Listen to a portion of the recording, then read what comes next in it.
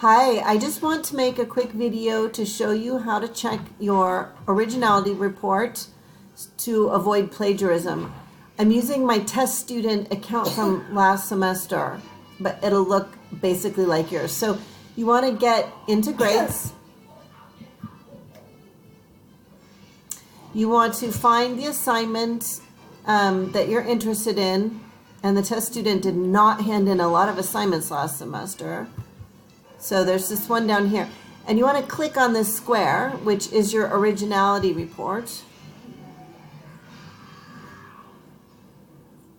The test student turned in someone else's essay as a test. And so there's 100% plagiarism, you can see here.